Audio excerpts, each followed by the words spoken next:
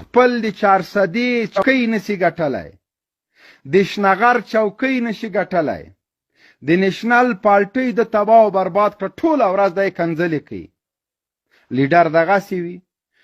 پېښور کا صوبایي صدر میلو خان او رنګ دې تا ورک شه.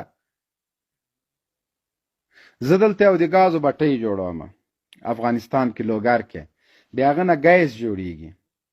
ګیس څنګه جوړیږي؟ دا د غوا سوباړې به وراچوې.